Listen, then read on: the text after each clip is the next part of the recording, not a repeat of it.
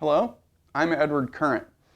Today, I wanted to give a special shout out to the American press for how they reported last week's big news story. I'm talking, of course, about the miracle on the Hudson. That is how almost every news outlet factually reported the emergency landing of that U.S. Airways jet. Now, before I go on, I want to look at the definition of miracle to make sure that we're all on the same page. This is the American Heritage Dictionary, which, given its name, I assume is the most correct one. I wasn't about to go checking the Oxford English Dictionary, and I certainly don't give a hoot what Webster says.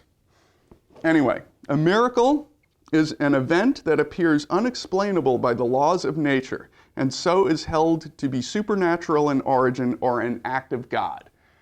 Well, duh. Anyone with half a brain can see that God was responsible for all of those people's lives being saved.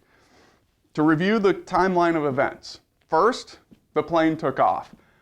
A miracle in itself that a man-made machine can defy the supposed laws of gravityism. Next, the plane ran into a random flock of geese. Now, I know what atheists out there are thinking. They're blaming God for putting the birds in the plane's path. But God doesn't control birds. What do you think he is? Some kind of giant bird puppet master or something? No! Those geese used their own free will to fly into the engines, disabling them, okay?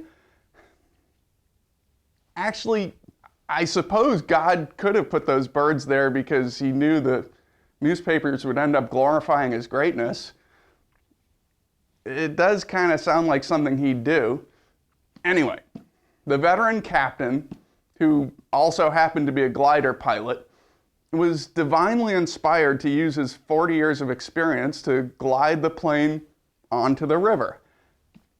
Okay, what about that event is explainable? Nothing. It's totally a miracle of God. This time, the press really got it right.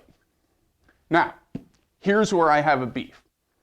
It seems like only when really good things like this happen do people bring God into the story.